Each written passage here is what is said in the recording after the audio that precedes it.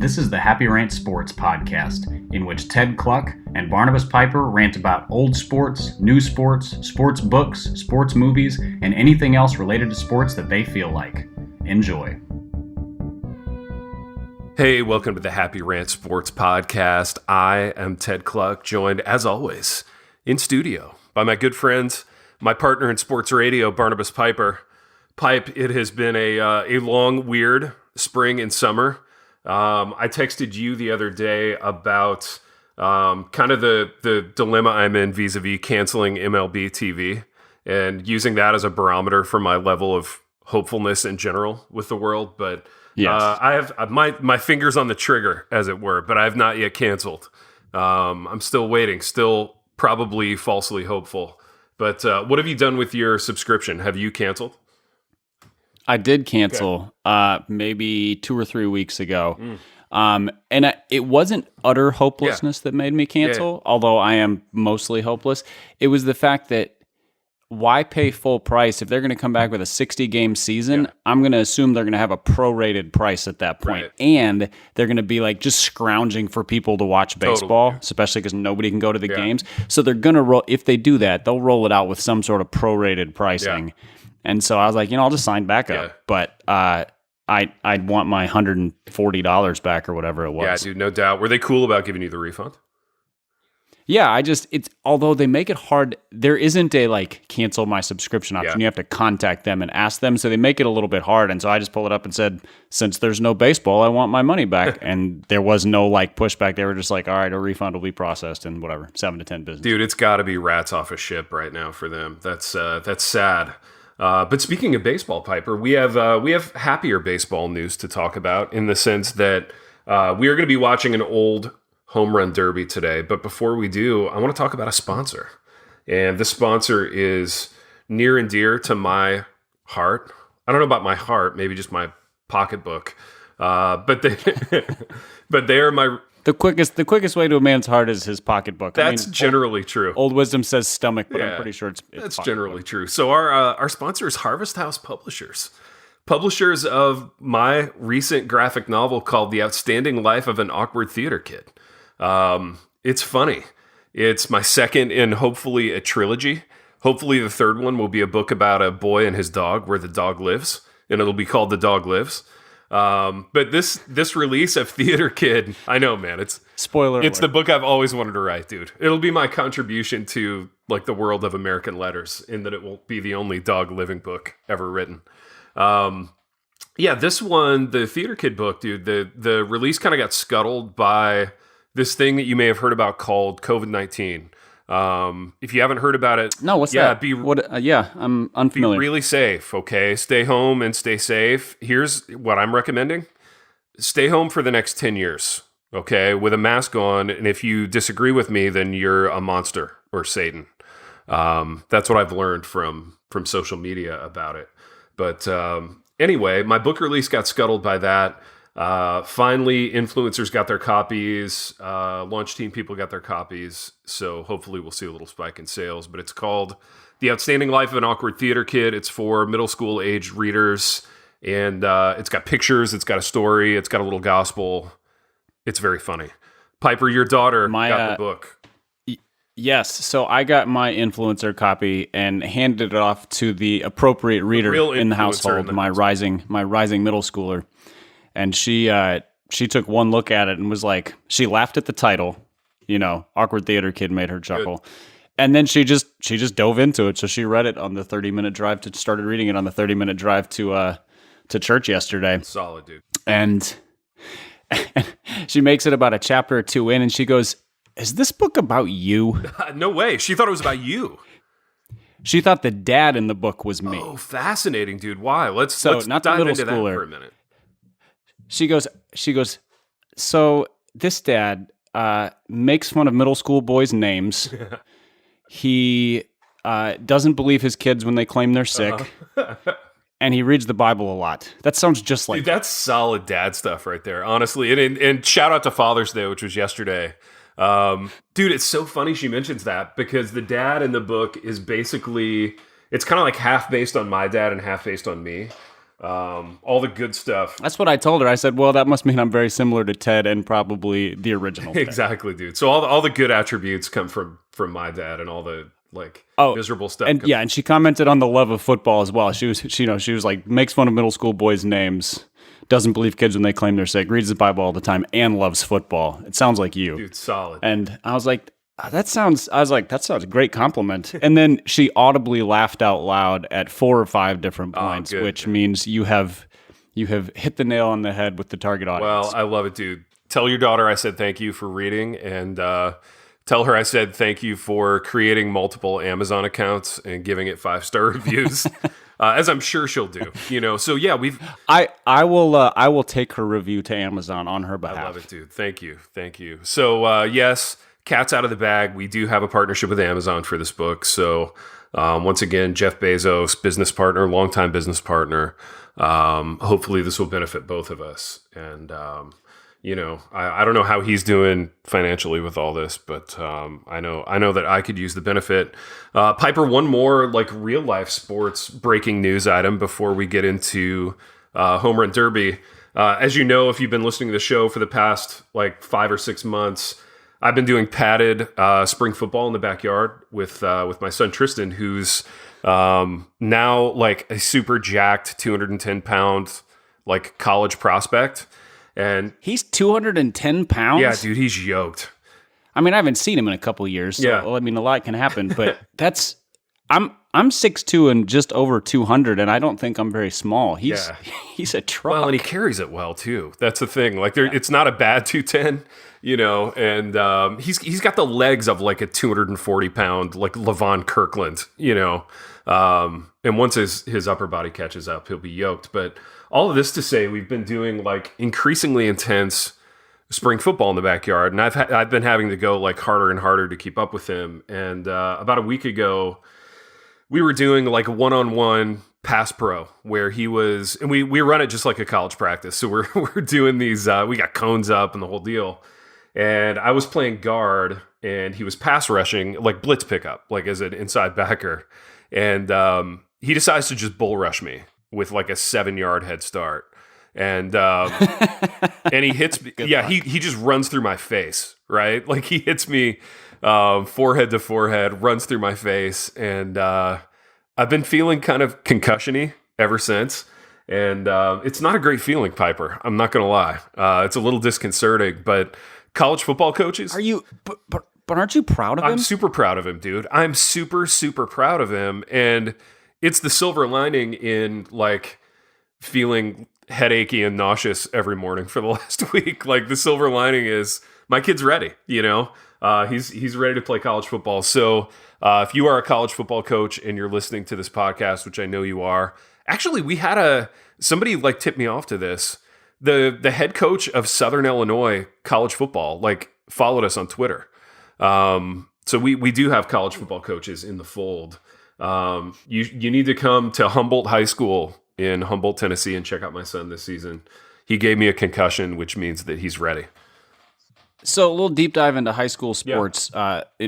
So your kids go to a small classical school, right? Yeah, they did. So Maxim still goes there. Tristan, because of the intense academic nature of this small weirdo classical school, he was basically done with high school as a junior. He has 1 or 2 more classes he has to take. So he's going to dual enroll those at Union, where I'm a professor, and then he'll, by all accounts, by all practical purposes, be homeschooled. So that means he can play football this season for Humboldt High School. So that's kind of the deal. Yeah, that's what I was going to ask, because I my last 2 years of high school were at a public school, and we had 1 or 2 homeschoolers on our football team, because you're allowed to play sports at your districted school. And I wasn't sure if that worked from private school to public school if the sport wasn't available. Yeah, we tried to make it work the last 2 years, man, and I went 12 rounds toe-to-toe with the TSSAA, which was really fun, especially for my personality type, I just it's your favorite I love thing. Bureaucrats and nonsense, but nevertheless, we're able to make it work this year. We're excited. He's in great shape. He's giving me concussions, and I think it's going to be a great season. So speaking of things that are great, Piper, let's dial up this home run derby. So walk me through the logic of how you picked this one. I can already tell I'm going to love it. So no disrespect at all, but yeah. So the parameters in my mind were 1990s. We both have a 90s was when I sort of came into my own as a sports fan and a baseball fan. We both have a great affinity for that. I wanted it to be pre-steroids era, or at least pre-acknowledged steroids era. I wanted it to be a condensed one because we don't have 3 hours to break down home run derbies. Although I think they used to be more efficient than they are now with sort of the gong show of whatever they try to do at All-Star games these days. And then I wanted it to be a cool cast of characters. And early 90s baseball, if you look at, we've talked about this, if you look at baseball now, everybody looks like a CrossFitter. Totally. Yeah. Like there are a handful of fat players, but they're anomalous now. Yeah. Whereas in the 90s, there was like skinny dudes and fat dudes. And then, spoiler alert, Ken Griffey Jr.'s in this. When you get him, you're like, oh, he looks like a premium athlete. Dude, yeah, he could be an NFL like number one receiver. I think he was a really, really good receiver in high school. Yeah. Like I think he played high school football and was really good. And you kind of see it in the way he played center field too.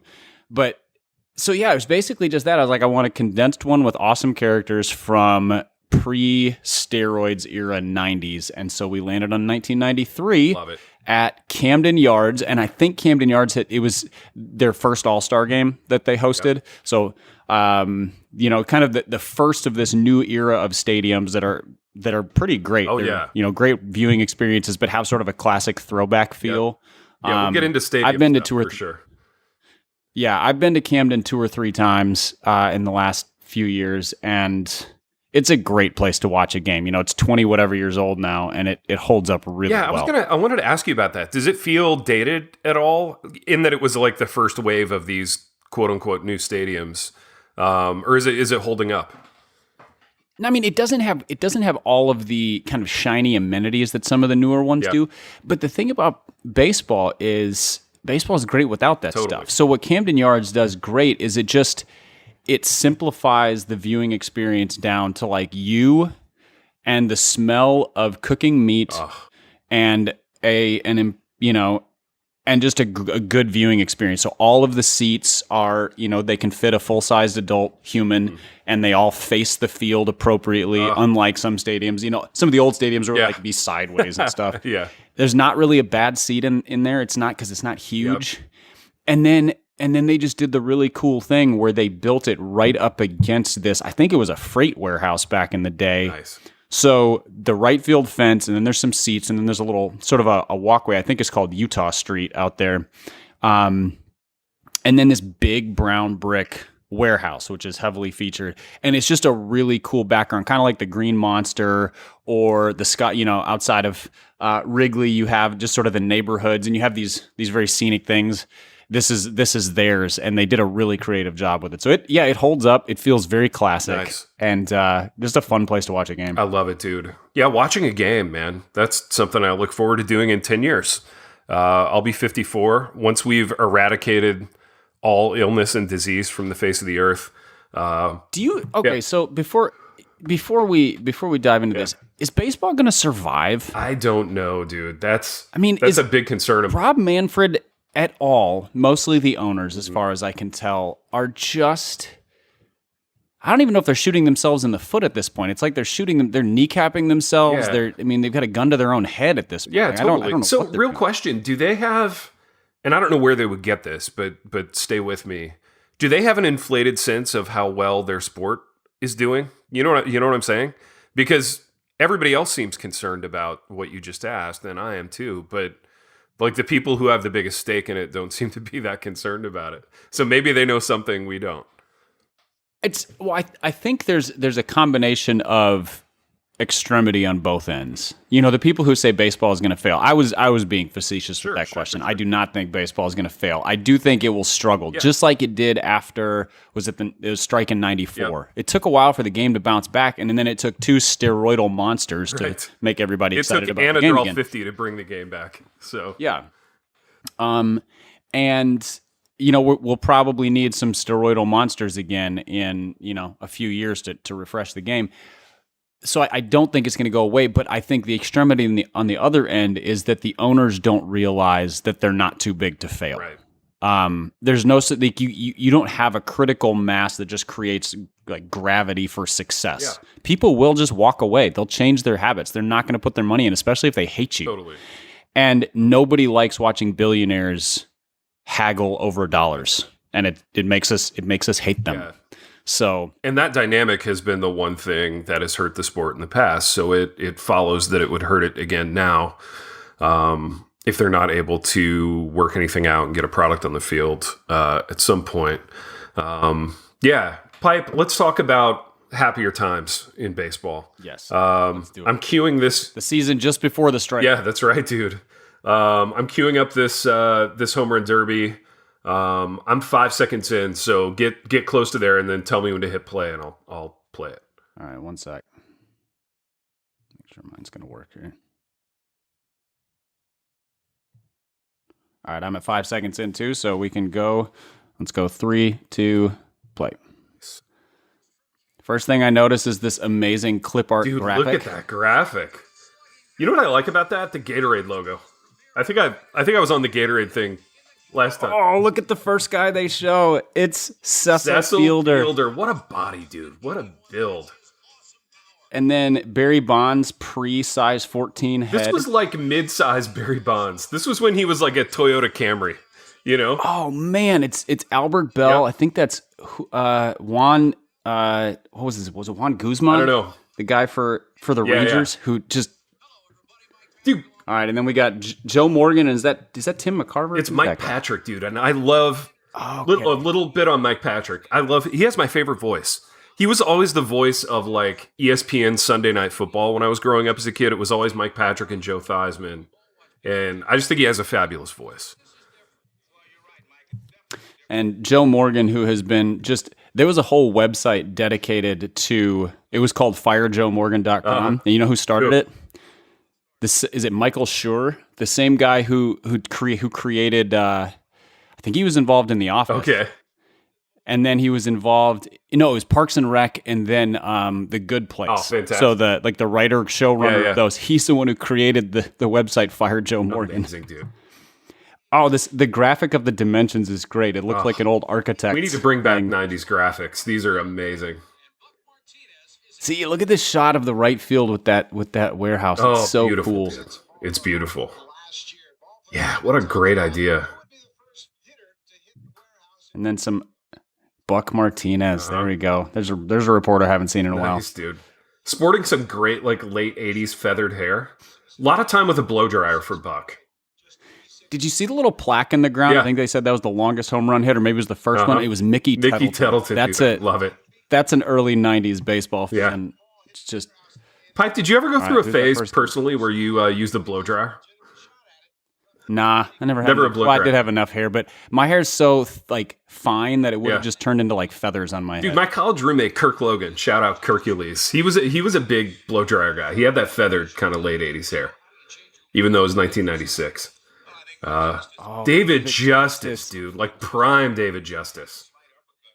Yeah, I forgot both how handsome he was, as well as just how pretty his swing was. Yeah, extremely handsome guy. He's one of those athletes you drop him in any era, he looks like he belongs. Also, King Griffey, except like pre-1947 for obvious reasons. Yes, that's right. Too soon? No. You know what's funny about this? It's like you can tell that these guys are not. They're not like geared up to be home run hitters. Totally. Like David Justice had a sweet swing, but he was not a swing for the fences guy. And you can tell they kind of don't care about it. Like he's got the glasses on the bill of the cap. He's not trying to yank all these necessarily. Now he got a hold of that one. I also like how much taller the hats were back then. Or maybe it's that people didn't wear them with flat brims way down low on their head, but his hat's a good like 3 inches off the top of his head. It's almost like a stovepipe. It really is, dude. It looks awesome. Oh, I like how kind of crappily produced this is too, in that they didn't give any thought to like who was behind the shot of the catcher. There's just a bunch of rando like press photographers in shorts and t-shirts back there. And one dude with a solid early 90s mullet. Exactly. Yeah, the graphics they're using look a lot like, I don't know, like they took them off a Fritos bag or something. Exactly. Hey, can we recapture that Fritos bag aesthetic? I really like that. I'm a little puzzled by one thing, which is he's hitting a baseball, and his batting gloves are in his back dude, pocket. it's like did he forget? It'd be hard to forget though, because they're right there in the back pocket. Also, they're batting gloves. That's what they're for. I think there was a kind of curated nonchalance that sort of ruled the day back in that era that's not around anymore. Like in 2020, it's like you got to have every accessory known to man. You look like RoboCop at the plate in 2020. Oh, that was what was disorienting when they showed Barry Bonds walking up earlier. Was just that he was it was like him in a hat and not like him in body armor. Yeah. And his accessory was the large dangling gold earring. Exactly. A single earring. Which was very Barry Bonds, dude. Yes. David Justice is not very good at this. He's not. He's a good baseball player, not a good home run derby contestant. Was he good at being married to Halle Berry? Are they still together? I know they're not still together. So I don't know if he was good at it or not. I mean, I suspect it had its perks. Yeah, for sure. They looked good together. Yeah, they did. Baltimore. Dude, Gatorade and Baltimore. City of Dreams. That's right. And Bush Beer. Oh, no, there you go. There's a great early 90s thing, Bush Beer. Does that still exist? Yeah, it does. I mean, I'm sure it does. I just This was back when there were like 6 beers. And if you wanted to get really like creative, you were getting Sam Adams. You know, I like how it was sponsored by Bush Beer, and then they just showed the Budweiser blimp playing. Exactly.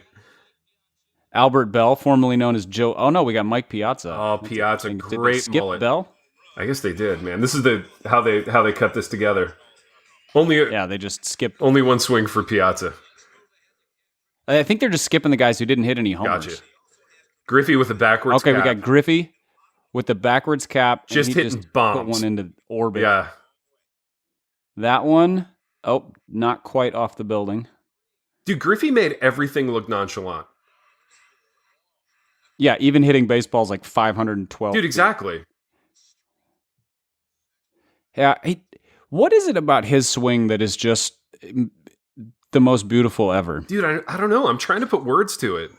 And I'm trying to come up with like an analogous thing that I do with such nonchalance, but I don't really think there is anything. Maybe like making coffee in the morning. I feel like I've got that down. Yeah. You know? Like being a total smart aleck just sort of rolls off the tongue. I don't know. Dude, he looks great in the uniform. He looks great with a backwards cap. He is the like athlete. He was like 22 and had the mustache that makes him look 38. Exactly. Yeah, back in the early 90s, being young but looking old was like people placed a high value on that. You know what I mean? You tried to look older. He's the only person in the history of humankind that's ever looked good in a mock turtleneck. Am I right? Steve Jobs begs to differ, but exactly. Yeah.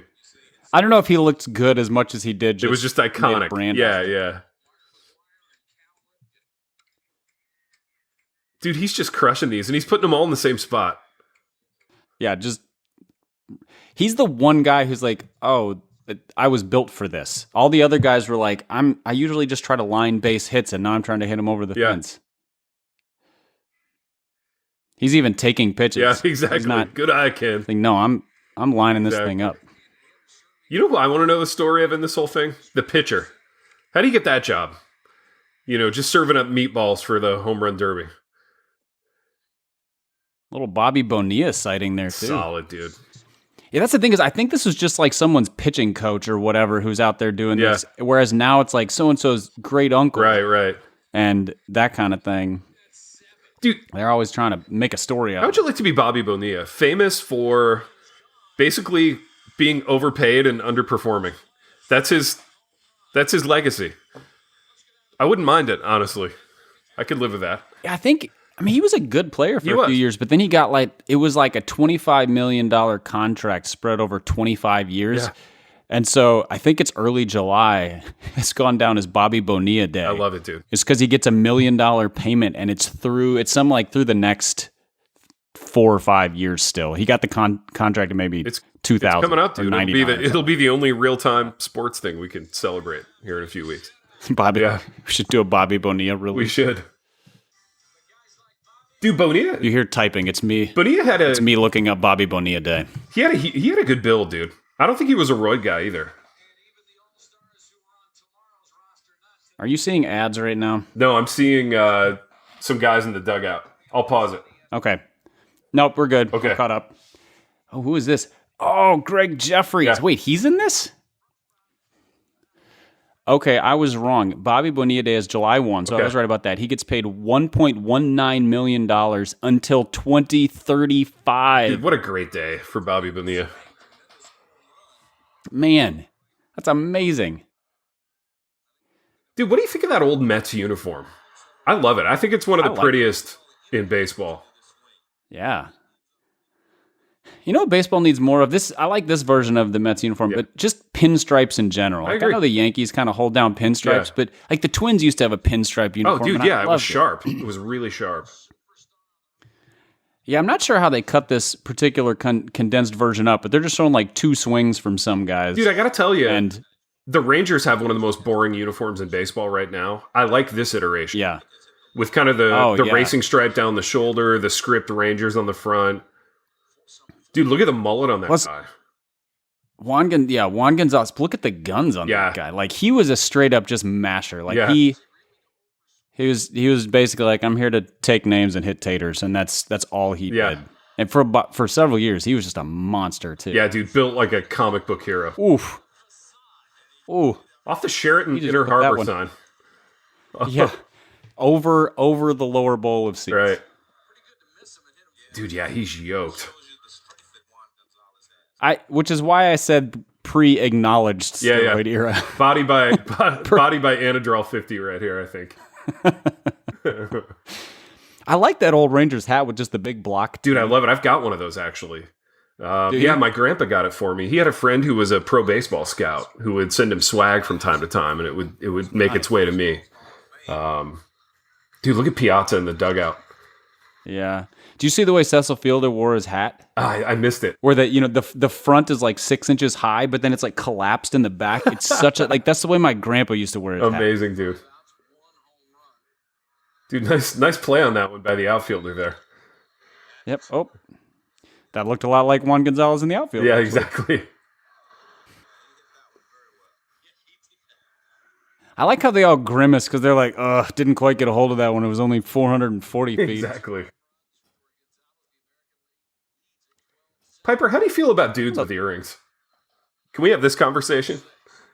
Currently or in 1993? 93.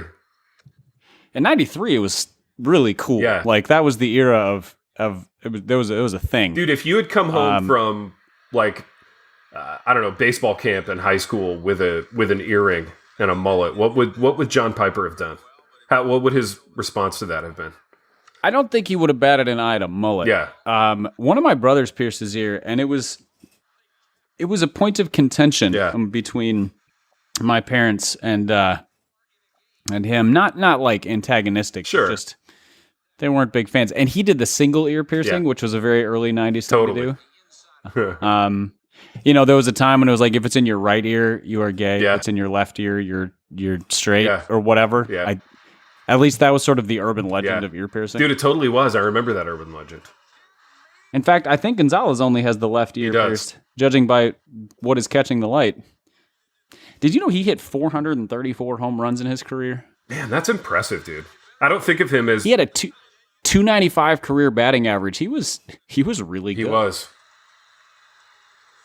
Dude, with that mullet and that earring in the left ear, too, if he was straight, it was raining women on him in 1993. Just a deluge.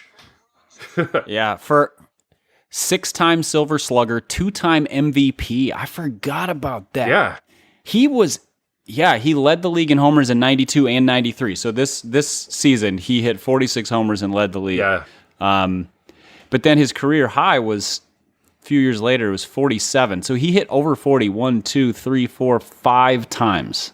Amazing. That's in a career OPS of over 900 for our baseball nerd friends. He was really good. I'd forgotten how good he was. Dude, here's an observation I got to make. This happened like 3 frames ago. There's a cameraman in the shot, like right behind the plate, wearing biker shorts. So like spandex shorts. Really? And Reebok pumps.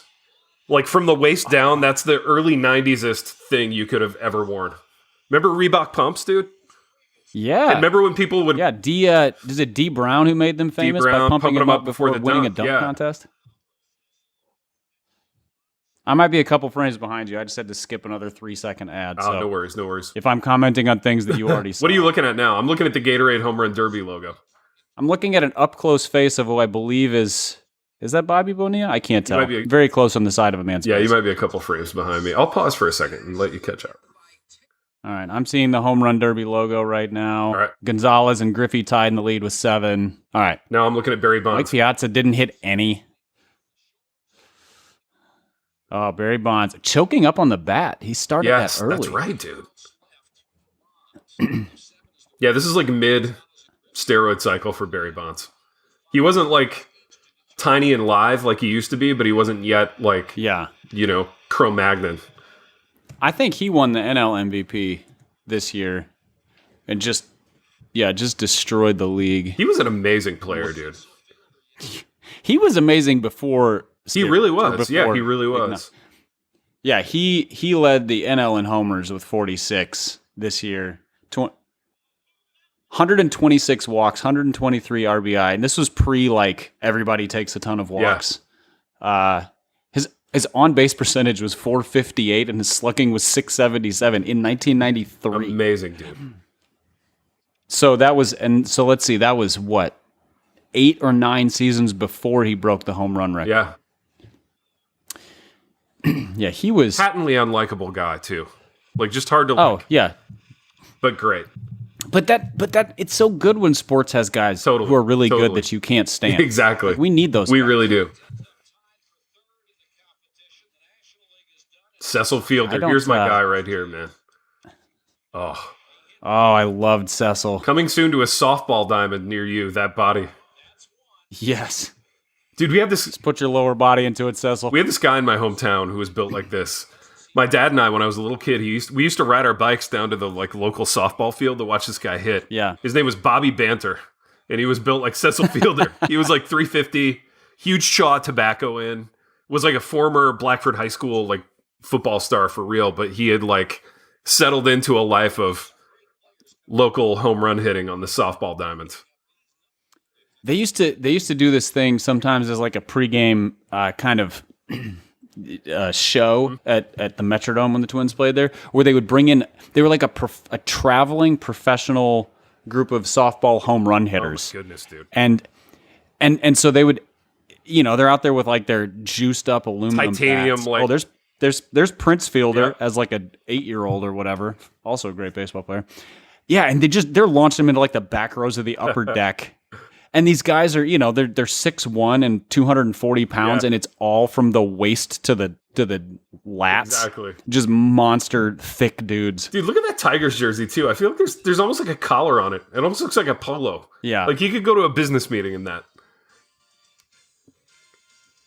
Man, I think Cecil Fielder had one career stolen base, and it was against the Twins. Dude, no disrespect to Baltimore. Not a great skyline. Not gonna lie, they're doing these sweeping skyline shots. It looks like Lansing, Michigan. Yeah, if they were smart, they would do the up close shots down at the Inner Harbor where it's like a restored ship. Yeah, where there's cool stuff somebody unloading a crate of crabs or something. Right. Speaking of crabs. Cecil Fielder had 2 career stolen bases. His first one was against the Twins. Dude, Griffey in a very pretty Mariners jersey. Timeless. Okay, so we're on to the final rounds. Yeah. Man, he is putting them out on Utah Street. Yeah, he is. It's nothing. Wearing Franklin batting gloves. Does Franklin still make baseball gear? That's what I grew up wearing. Yeah.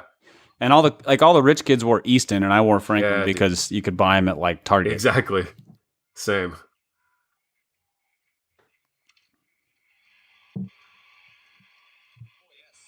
Oh, Griffey. Dude, just crushing. Dude, did John Piper pitch to you in the backyard much? And if so, what was his pitching style?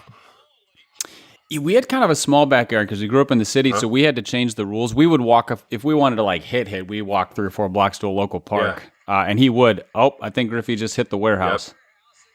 Yep. I believe he is the only guy ever to hit the warehouse. To this day, so in the backyard we would do wiffle ball, and because we lived right next to a freeway and close to our neighbors, we had to make rules that if you hit it over the fence, it was an out, because otherwise it was just.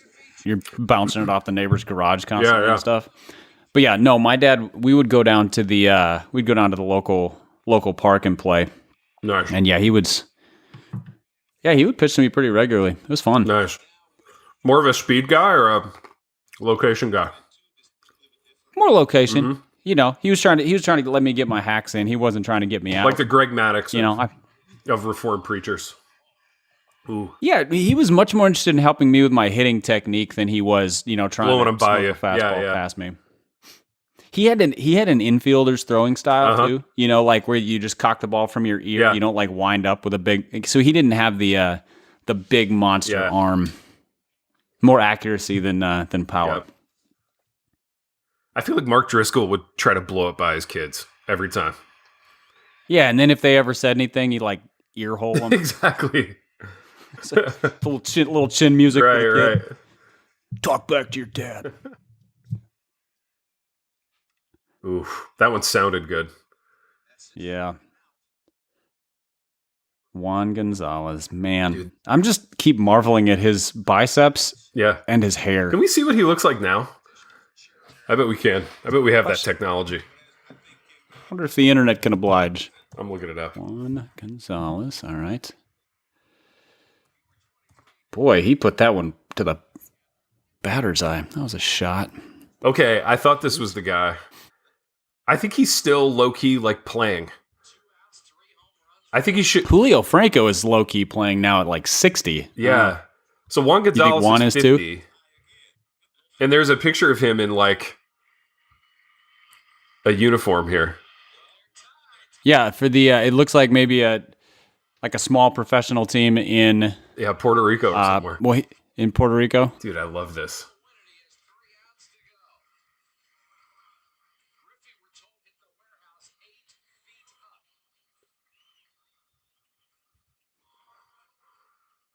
Gonzalez has been married 4 times. He was married to a Puerto Rican volleyball player named Elaine Lopez, sister of Javi Lopez. I feel like that's the 90s thing. Yeah, marrying the hot sister of one of your very good mediocre catcher, good right. Braves. Also a handsome fella. Yeah, dude, Gonzalez's personal life section reads like a National Enquirer. Now they're showing minor league updates. Yes, Scranton will, but they're scrolling through them so fast you can't even tell what the team. Right. Oh, Scranton Wilkes-Barre was getting hammered by somebody. Exactly.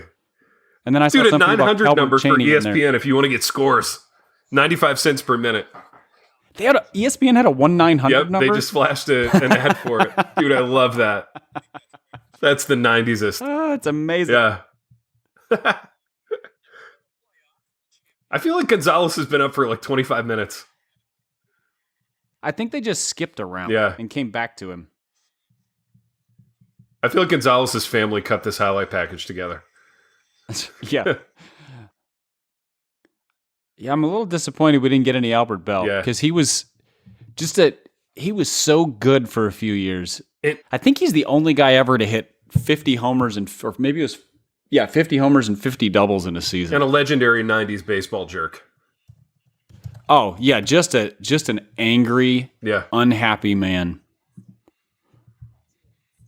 Oof. Let's see, home runs 50. So 1995. Wow. 52 doubles and 50 homers. Nice.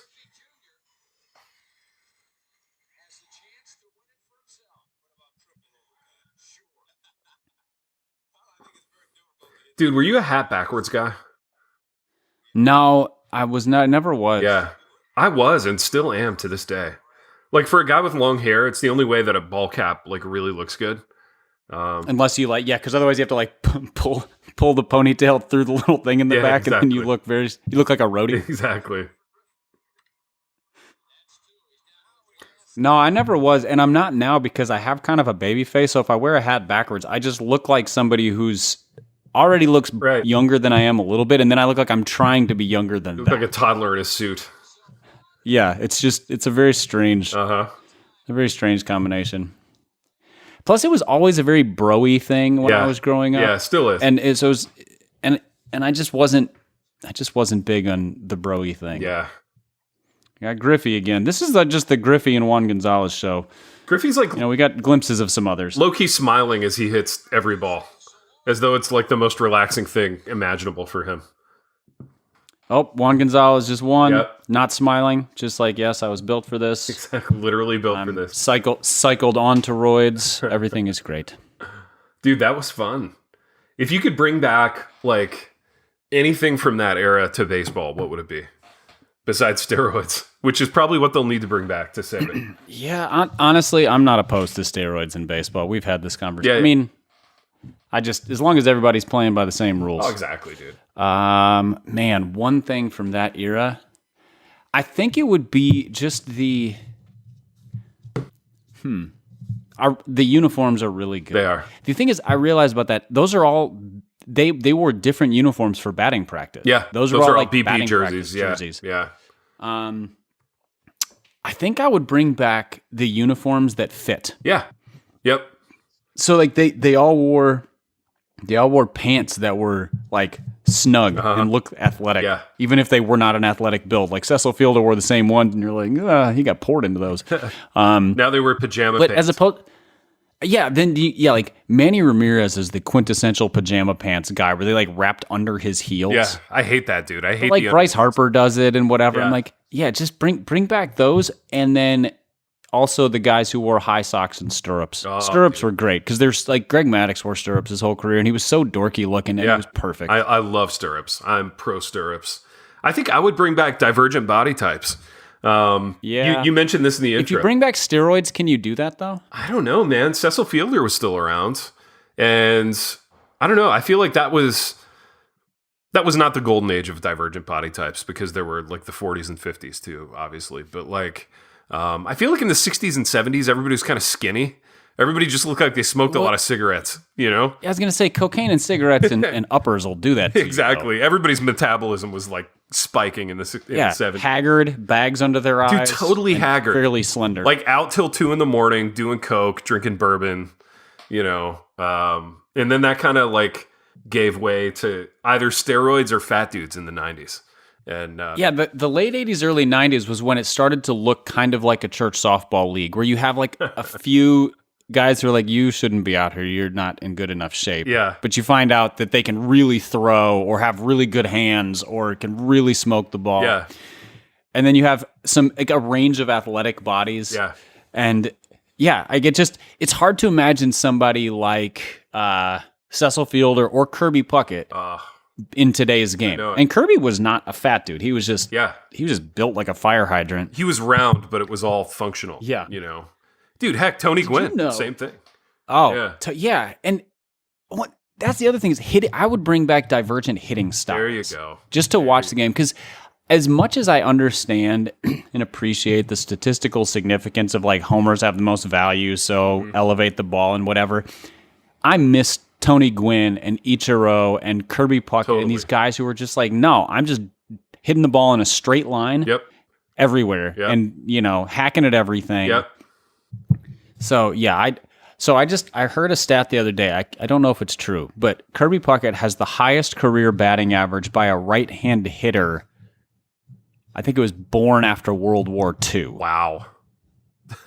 That's amazing. So, yeah, which is I don't know what that means. It just was very interesting to me, and I thought it was cool. But yeah, I think I would bring back uniforms that fit like baseball uniforms and different hitting styles. Totally. I would bring back baseball in general, obviously. Yeah, at this point, yeah, I don't care. Dude, Like, just bring back here's a question. metal bats. Yeah, here's a question that's like germane to the city that you grew up in. Famous independent minor league team there, St. Paul Saints. Yes. Why are they not just like forming, playing games, and like selling the TV rights?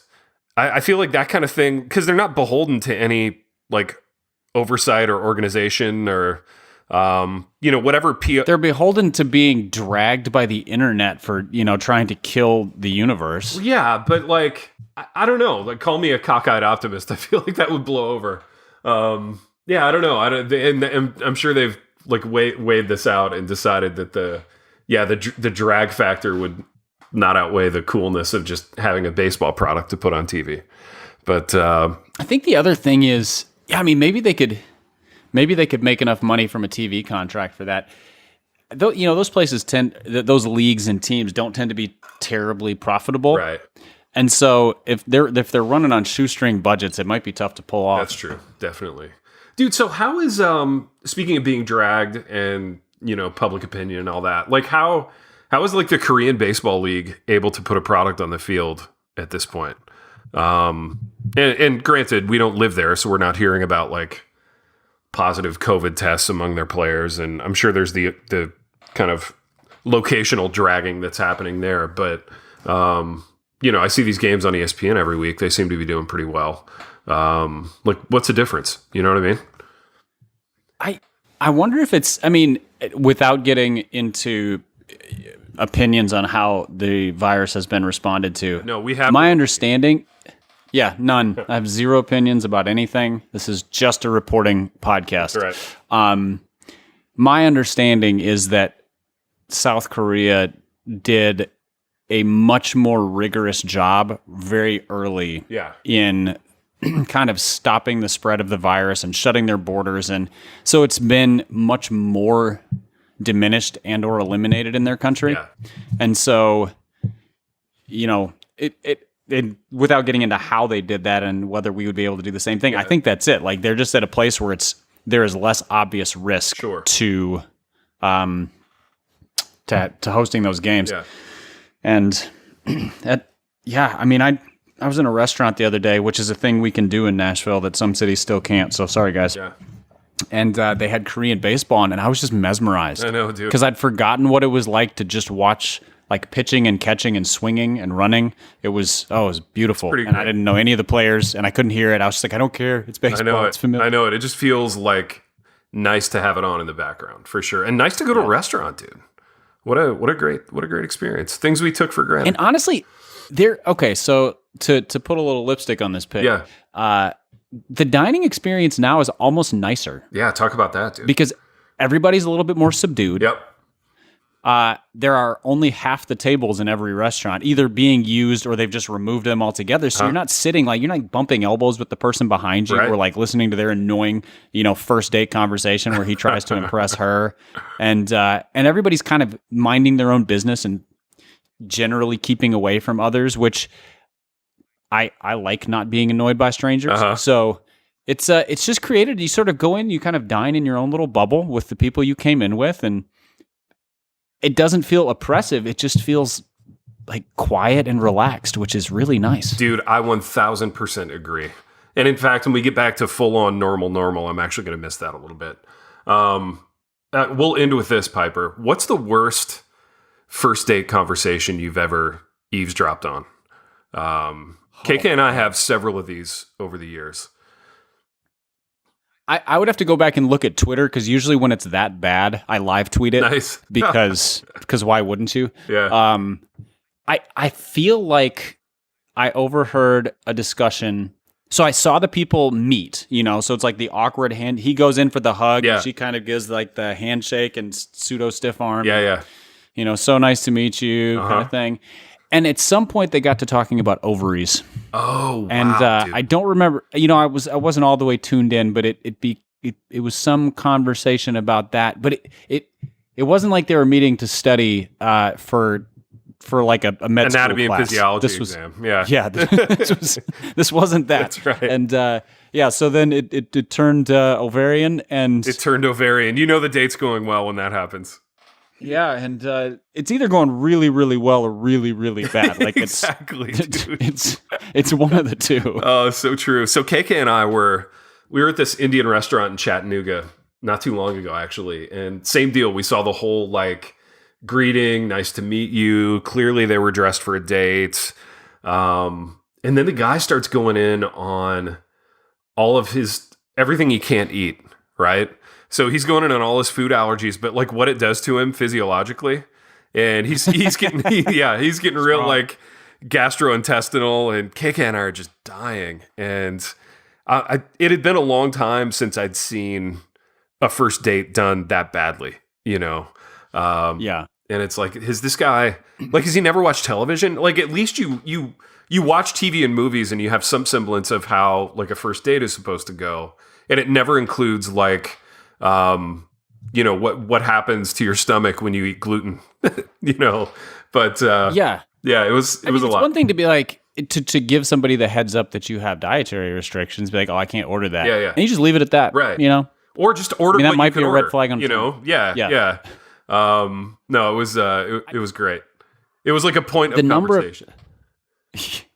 Was it a conversation or like a presentation? Kind of a monologue. Yeah. It was a presentation. I think the monologue is the recurring theme in bad first dates that I've witnessed, and it goes both ways. It's not always men, it's not always women. There's just a very clear like one person is just there to talk about themselves, and it's like they think they're there to like they're trying to raise funds from an investor. Yeah, exactly. So they came in with like a presentation of all of their benefits and wares. I got a pitch deck here. Take a look at it. You know, this is my business plan for us going out. And if you look at page 7, you'll notice that that's right. I drive a Nissan Sentra that I have paid off. That's right. Page 9, you'll notice that my hygiene has improved considerably in the past 4 years. Are you in or are you out? It's a before and after picture of when I started CrossFit. Oh, exactly. Dude, the CrossFit guys, it's a mixed blessing because they look good, but you know they're always going to be talking about it. You know, so if you can live with that, I guess. They look good and then they start talking. Exactly, and then they never stop. So yeah, mixed blessing on the CrossFit guy. Didn't the CrossFit guy get canceled? Isn't that a non-thing? Yeah. He made some racially insensitive comments. I didn't pay that close of attention because I can only take so much. Like I see CrossFit and I immediately just sort of tap out. Exactly, dude. That's actually a cancellation I can live with. I think he's like resigned as CEO or something. Okay. Maybe like all of his followers can now resign as people who talk about their workouts. But yeah, dude, another great 1993 thing to bring it back around to the home run derby. Like, clearly, these guys are working out a lot and doing a lot of like anabolic drugs, but yeah, they weren't talking about it, man. It was don't ask, don't tell, you know. Yeah, what would have happened to baseball if they had been talking about it? Be like, yeah, I shot up and then I hit the weight room and then I hit a baseball 500 feet. I benched 500 pounds and then I crushed some baseballs. Yeah, dude, none of that would have the renaissance of 1998 with McGwire and Sosa would have never happened. You know, it was a simpler time, Piper, when you could do your drugs in relative privacy. Yeah, those were the days. Magical. Well, Pipe, we have done what we always do on this program, which is wander to and fro throughout some vintage sports video. One day, one decade from now, we'll hopefully have real sports to talk about again, Pipe. But until then, we'll keep doing those deep dives into some video content that we find. If you haven't done so already, run, don't walk to Amazon.com, little online bookseller. Pick up a copy of The Amazing Life of an Awkward Theater Kid, which is my second graphic novel, which Piper's daughter highly recommends, and it made her laugh out loud. So that's all the endorsement I need, Pipe. And until next time, Cecil Fielder. The Happy Rant is brought to you by Resonate Recordings. If you go to resonaterecordings.com, you can see the full range of services they offer. So if you're considering starting a podcast, they are the ones we recommend going with. Again, go to resonaterecordings.com to see their prices, to connect with them and ask any questions, and to see what they can do to help you launch, edit, master, and improve your podcast. Again, go to resonaterecordings.com to see what they can do to help you launch and improve your podcast.